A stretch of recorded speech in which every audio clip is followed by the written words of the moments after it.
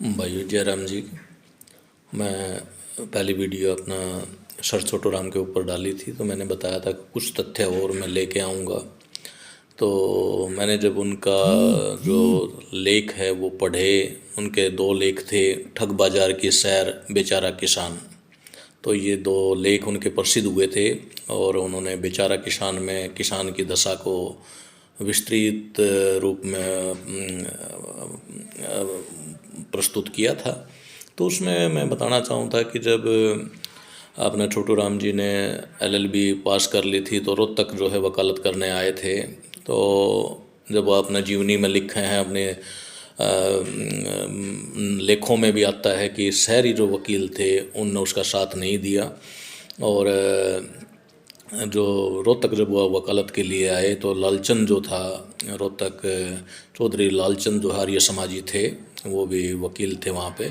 तो उनके साथ वो मिले और फिर उन्होंने देखा कि भाई शहरी वकील जो है उनका साथ नहीं दे रहे, तो उन्होंने ग्रामीण जो लोग थे उनका साथ लेना शुरू किया। और उन्होंने 1913 में जाट महासभा जो है स्थापित की। 1911-12 में वो रोहतक आए थे, 1912 में आए थे रोहतक में। तो 1913 में जाट महासभा स्थापित की और 1906 में यूपी में जाट महासभा पहले बन चुकी थी। तो मैंने बताया कि अंग्रेज़ों ने उसको रहबरे आजम, किसान मसीहा, दीन बंधु, सर, राव साहब, ये सारे जो उपाधि मिली हुई हैं सर छोटू राम को। तो जब मैंने बताया था आपको कि 1914-15 में वर्ल्ड वार होया था, तो ये वकील थे, जानते थे। इन्होंने देखा कि रोहतक जो, क्योंकि वो पंजाब में ही था रोहतक उस टाइम, इन्होंने देखा कि लोगों की जो दशा, जो आर्थिक दशा है हमारे जमींदारों की, क्योंकि यहाँ खारा पानी था और बंजर ज़मीन थी रोहतक में लोगों के पास। तो छोटू राम जी ने देखा कि सबसे बड़ा मौका है, अंग्रेज़ ऑफिसर इनको मानते थे, इंटेलिजेंट आदमी थे। तो इन्होंने लोगों को बोला भाई सेना में भर्ती हो जाओ। और रोहतक डिस्ट्रिक्ट अकेले से मैंने बताया था 22 से 23 हज़ार जो है सैनिक और ऑफिसर इन्होंने फर्स्ट वर्ल्ड वार में भर्ती कर दिए। तो उसमें सेकेंड वर्ल्ड वार में भी भर्ती करे।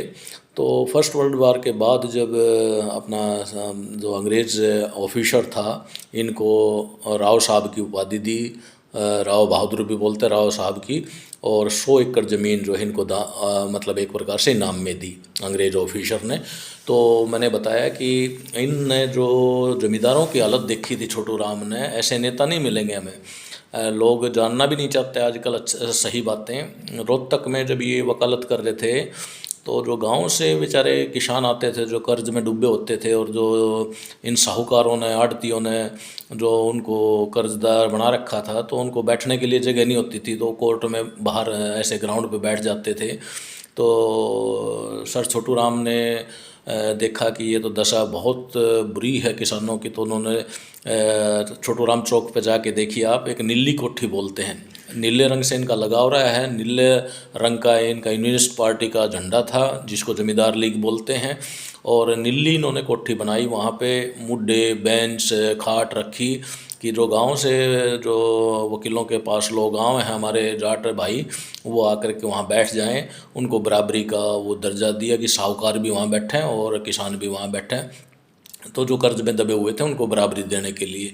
तो मैंने बताया कि साइमन कमीशन में भी छोटू राम और अंबेडकर दो को ही शामिल किया गया था हमारे भारतीय की तरफ से। इनको एज ए, क्योंकि दोनों एडवोकेट थे, काफ़ी इंटेलिजेंट आदमी थे, तो इनको दोनों को शामिल किया गया था। तो मैं जो बता रहा था भाखड़ा डैम का, तो भाखड़ा बांध का भी, जो बिलासपुर का राजा था जो हिमाचल में है, बिलासपुर, वहाँ का डिस्ट्रिक्ट है वो, बिलासपुर डिस्ट्रिक्ट है आज। और भाखड़ा गांव है। और वहाँ पे बिलासपुर के राजा थे भी इन्होंने समझौता किया था। और उसी के तहत फिर 48 में, फिर 52 में, 55 में फिर वो अपना भाखड़ा डैम बना, बांध बना। और भाखड़ा नंगल बोला, नंगल थोड़ा सा नीचे है, नंगल बांध अलग है, भाखड़ा डैम अलग है। तो उन्होंने जो है शुरुआत उन्होंने की थी कि हमारे ज़मींदारों को कम से कम पानी मिले, पानी के उस पर जो है वो अपना खेती अच्छे से कर सकते हैं। दूसरा, जो जब यूनियन मिनिस्टर बने, ये यूनियन पार्टी की गवर्नमेंट बनी पंजाब प्रांत में, तो उसमें ये पहले कृषि मंत्री भी बनाए थे। कृषि मंत्री होते इन्होंने एक माधोपुर जल विद्युत योजना शुरू की थी, जिसमें बिजली प्रोडक्शन जो है पानी के से और लोगों को बिजली मिलने लगी। तो उसका भी इन्होंने कृषि मंत्री रहते हुए काम किया था। तो इनके काम जो है जो मेन जो कहानी है कि ये गरीबों के मसीहा थे। और एक छोटी सी कहानी है कि भाई लाहौर कोर्ट में एक आदमी जो है गरीब किसान आ गया और वो जज से रिक्वेस्ट कर रहा था कि मेरी ज़मीन की कुर्की ना हो, आप मेरे को माफ़ कर दो, कर्जा लौटा दूंगा मैं। तो जज ने कमेंट करा था मजाक में हंसते हुए कि भाई ऐसा कोई नहीं है जज, कोई आदमी नहीं मिलेगा, एक आदमी है छोटू राम, छोटू राम के पास चला जाओ, इसी से कानून वो बनाया करें। तो वो जो किसान था वो छोटू राम जी के पास आया और उसने बताया जी ऐसे ऐसे बात है।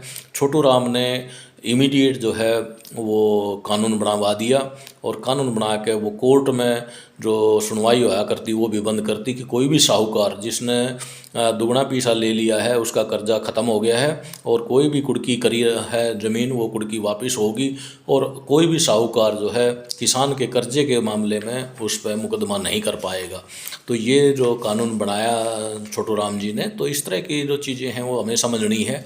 फिर कर्जा माफ़ी 1935 में बनाया, पंजाब ऋण राहत 1935 में, साहूकार पंजीकरण 1938 में, गिरवी ज़मीन वापिस 1938 में, कृषि उत्पाद मंडी 1938 में, व्यवसाय श्रमिक जो बंधुआ मजदूरों का 1940 में, मंडी जो है मंडी व विद्युत योजना मैंने बताया। उसके बाद जो है ये मंडी एक्ट जो बोल रहे हैं। और उसके बाद एक और था कि जो फसल थी, आज बोल रहे हैं हम जैसे कि भाई गोदाम बना रहे हैं अडानी अंबानी, उसी तरह से सर छोटू राम ने गवर्नमेंट पे 55 लाख लगा के बोल रहा था कि भाई ये गोदाम होने चाहिए और किसान अपनी फसल रख पाएँ, तो उसका मिनिमम किराया लेके जब उनका भाव अच्छा हुआ वो भेज दें।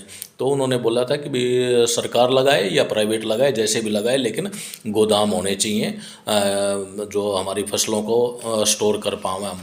तो जो हमारा जो पंजाब में थे, पंजाब में हमारे सिख थे, हमारे मुसलमान थे, हमारे हिंदू थे, सबका चहेता नेता था। दूसरी बात मैं बताऊं कि जो लाहौर में थे, लाहौर में मुसलमान जो किसान थे, आज भी सर छोटू राम ने याद करे हैं कि जितना उन्होंने किसानों के लिए किया उतना कोई नहीं कर सकता।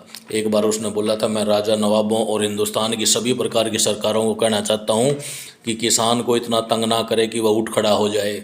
दूसरे लोग उठ खड़ा होते हैं तो कानून तोड़ते हैं, अगर किसान खड़ा हो गया, उठ खड़ा हो गया, तो ये कानून ही नहीं तोड़ेगा, ये सरकार की पीठ तोड़ेगा। ये कमेंट है अपना सर छोटू राम के। उन्होंने बताया था ये आर्य समाज में थे, आर्य समाज का जो है आर्य समाज और जाट समाज को एक करने के लिए इन्होंने स्वामी श्रद्धानंद बठिंडा गुरुकुल और मैनेजर चौधरी पीरू राम के संपर्क में आए और वहाँ से इनके कानूनी सलाहकार बने। जो रोल्ट एक्ट आया था सहयोग आंदोलन में, ये महात्मा गांधी के साथ नहीं थे। इन्होंने 1920 में महात्मा गांधी से अलग हो गए। इन्होंने बोला था असहयोग जो आंदोलन करोगे किसानों को कोई फ़ायदा नहीं होगा। और इन्होंने क्या किया फिर कि अपना अलग पार्टी बना के इलेक्शन लड़के और पंजाब प्रांत का राज किया उन्होंने। और ये कभी भी झूठे मुकदमे नहीं लेते थे, छल कपट नहीं करते थे, गरीबों को कानूनी सलाह जो है मुफ्त देते थे। तो इन्होंने जो 1905 में जो है रामपाल राजा थे उनके निजी सचिव भी रहे हैं। 1907 में अंग्रेजी अखबार हिंदुस्तान के एडिटर रहे हैं। फिर आगरा से LLB करी इन्होंने। और मैंने बताया था कि एक ज़मींदार पर कर्जा मांगने गए थे, उन्होंने इसकी बेइज्जती कर दी थी इनके बाप का, और बाप के साथ में गए थे ये। तो वहाँ से इनका जो है एक ज़िंदगी का श्रेय हो गया कि भाई ऐसा तो नहीं चलेगा, मैं आगे जो भी होगा मेरे से मैं पूरा करूँगा इन चीज़ों को। तो मैंने बताया कि जो हमारा भाखड़ा डैम है बहुत बड़ा, जो पंजाब में अपना बिलासपुर का राजा था उसके साथ इन्होंने समझौता किया था। और 1945 में फिर ये फाइनल हो गया था। गोविंद सागर जो है रिजर्वायर है इसका, भाखड़ा गांव है और बिलासपुर ज़िला है। और इसका जो 168 किलोमीटर का स्क्वायर दायरा है इनका, जो ये थर्ड नंबर पे है भाखड़ा डैम। पहला जो है वो अपना नागार्जुन है, नागार्जुन डैम दूसरा है, Indira Sagar dam in MP. First है Indira Sagar dam in MP और दूसरा नागार्जुन, तीसरा भाखड़ा। तो ये जो डैम की जो देन है ये भी अपना सर छोटू राम की देन है। तो हमें महापुरुषों के बारे में ज़्यादा से ज़्यादा जानकारी रखनी चाहिए। छोटू राम जी देवीलाल जी के पास गए थे उनके गांव में मनाने के लिए कि भाई कांग्रेस छोड़ दे और तू मेरे साथ आ जा यूनिस्ट पार्टी में, लेकिन उस टाइम देवीलाल जी ने मना कर गए, वो यूनिस्ट पार्टी में नहीं आए। बाद में 2005 में आपने याद होगा ओम प्रकाश चौटाला जी लाहौर तो उनका हुक्का भी लेके आए थे जो म्यूजियम में रखा हुआ है। तो हमें जानकारी होनी चाहिए ऐसे ऐसे नेताओं की जो हमारे लिए एक मिसाल बन सके हैं। हमारे बच्चे अगर उसके जीवनी को पढ़ें, मैंने बताया बेचारा किसान और ठग बाजार की सैर, ये दो लेख हैं उनके, बहुत बढ़िया लेख हैं। आप पढ़ोगे तो बहुत अच्छा लगेगा। धन्यवाद भाई।